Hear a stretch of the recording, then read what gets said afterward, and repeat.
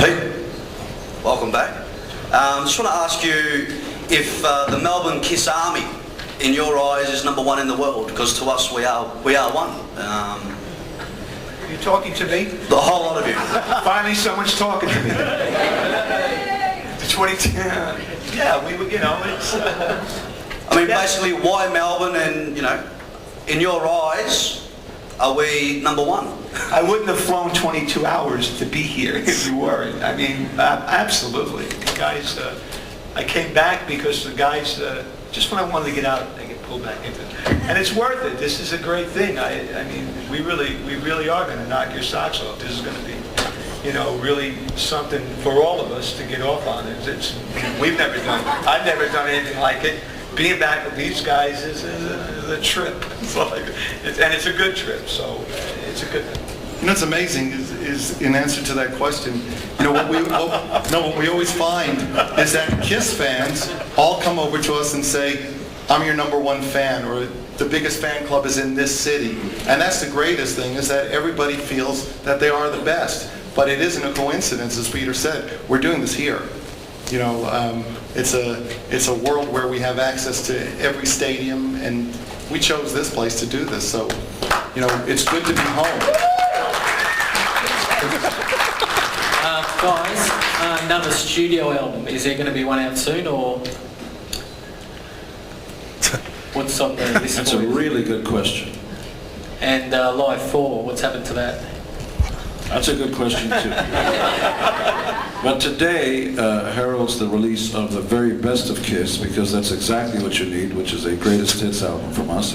You're going to get it. So today's release, I believe it's on Universal here, right? Yeah. But all the KISS fans have already got all those songs anyway. So you're all, I know, but But you don't have them in this order. That's very good. So it's one of our market then. It's one of our conundrums, which is that through the years, sometimes a record company has to decide that there's a larger world out there. I know that I don't necessarily follow every new record that, I don't know, take your pick, some band may put out, but I may want to go and pick up a greatest hits every now and then. There is a larger world out there, and greatest hits are not necessarily for everybody, but they are for some. Yeah, we need some new stuff, mate. I understand. We hear and we obey. Paul, Sir. guys, you're going to have a lot of people that are going to say, why an orchestra, why a cardigan, and all this sort of crap. But at the end of the day, on behalf of the fans, you guys could front ABBA, you'd still sell out arenas here. That's a good idea, though. That's the next concert of ours. Paul, you've done a little bit of stuff, Phantom of the Opera in the down KISS time. You want to tell us about that? What do you want to know? What it was like? What made you want to do it? Well, it was fabulous. I really believe that any time that we can introduce people to music that's outside of the genres that they know, everybody has so much to gain. So, that is a natural progression to us doing this with the Melbourne Symphony. There's so much to be offered in music that may not be the first one that people think of listening to, and the power of a symphony orchestra is amazing. And to team that up with the amplification, and we will amplify the orchestra, will be sonically astounding. So to go from Phantom or anything else, I think I think kudos to Melbourne Symphony to have the balls to do this with us. Hats off to you. This is something groundbreaking. Did you hear the album they did with Elton John? Yeah, absolutely. Good on you. Good on you. Imagine how they'll sound with a rock band. Whoa. Just heading back to your memories. How are your memories of your 1980 tour of Australia? Is that one of the craziest tours you've ever done? It was astonishing because, of course, we'd never been to Australia before then. We thought it was going to be sort of a vacation. You come down to a country that may not know what's going on, at least with KISS. We thought we were going to have the run of the country. The opposite was true. We were usually trapped in our hotel rooms with the curtains drawn because we didn't want people to see how actually stunning we looked without the makeup. And so the few times we were allowed out of our rooms, we'd have to rent, the promoter would take out a boat and take us out into Sydney Harbour, or we'd rent out a club and of course fill it with friends. There was a club here in Melbourne. Yeah. Don't remember what the club was. That's where we had our Club party X. here. What was it? Club X. Yeah, we were there. Gene, can you tell us a bit about the Speaking in Tongues tour? It's going to be a new thing for me. I'm actually going to get to talk. Like he didn't today. There's no music better than his own voice to his ear. I am delusional that way. I'm actually one of those people that likes the sound of his own voice. I wrote a book called Kiss and Makeup, which hit the New York Times bestseller list. You can still buy it at your local bookstore. Go out and get yours. And as a result of that, people started to ask me to step up and start talking. In general, autobiographical and so on. And I have some peculiar notions about all sorts of institutions, marriage, one of them. Don't get me started. And I look forward actually to getting up there and finding out what this racehorse can do. And it's going to happen, I think, on the 5th here in your fair city, and then on the 6th in Sydney. But either way, you can log on to genesimmons.com and find out.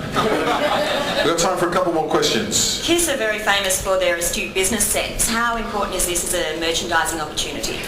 You know, we get all these accolades, good word, accolades for being these astute businessmen or marketing geniuses. And the only thing that we can take credit for is having astoundingly good hearing for the volume that we play at. When the fans tell us what they want, we give it to them. So when we sell a huge amount of t-shirts or belt buckles or action figures or anything that we happen to put out, condoms, which are on the market now, and we suggest you all use them.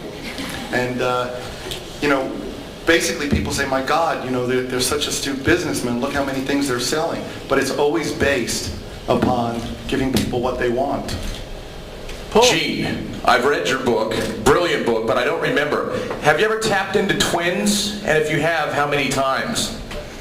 But what are we talking about? Women? Tapping into, twins. Yes. How many different occasions? Fuck if I remember. You mean over 30 years? Yes.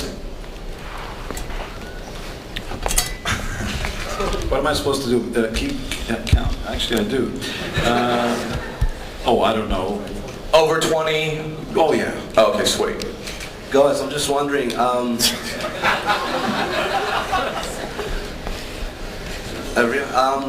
speak for all KISS fans here. We want you to stay around forever. Is this the last show, or are you just going to think about keep on going and making us proud? I think we've learned to never say never. You know, each day is a new adventure, and what we find with KISS is no matter what we think we're going to do, we find that we're not always in control. The fans very often tell us what they want, and KISS is like an animal that sometimes we just hold on to the collar of and see where it's going. And today it's brought us to Melbourne, and we're honored to be here. Paul, is it true in 1980 you were paid by the New Zealand promoter with cattle? That's right. Something for Andrew McManus to think about? In 1980 we got paid with, I think, sheep, and we were very lonely, but not that lonely. That's why I didn't come on that tour. Gene, final question, make it a good one. Gene, you've got a new book. We hear that you've got just written a new book. Is it another KISS book or business book? Semi-business, semi-anything. It's going to be coming out in the new year, and it's called Buy This Volume 1. I love that title. But it's going to be just sort of my general notions about stuff and about how you have to think outside the curve and not really go through life. It's not a paint-by-number set. And just because whatever lifestyle or business works for anybody else doesn't mean it's going to work for you. So there's some real important individual issues everybody has to decide for themselves. One girl or twins, single or married, working full-time, taking vacations and goofing off before you really should. All kinds of notions that I think are going to be a good kick in the ass. Final question. Paul? Sir. When's your autobiography coming in? There are so many people who sometimes use the word I instead of we.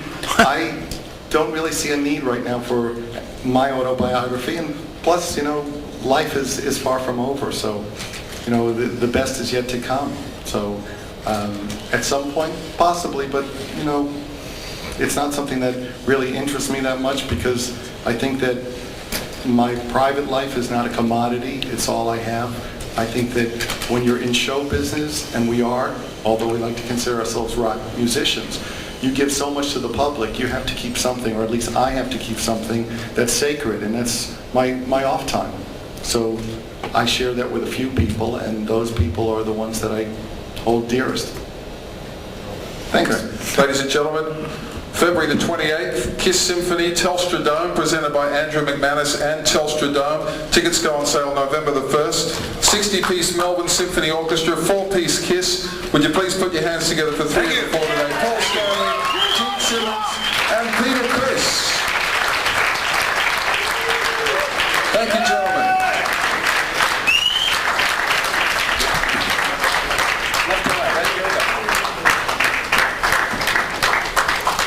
Stop clapping. Thanks very much. Bye. If you do want to get some questions from Trevor Green, Trevor, the Managing Director of the Melbourne Symphony Orchestra, will be available for interviews. Give him another round of applause, folks. Put your hands together for KISS. Hey, what's this?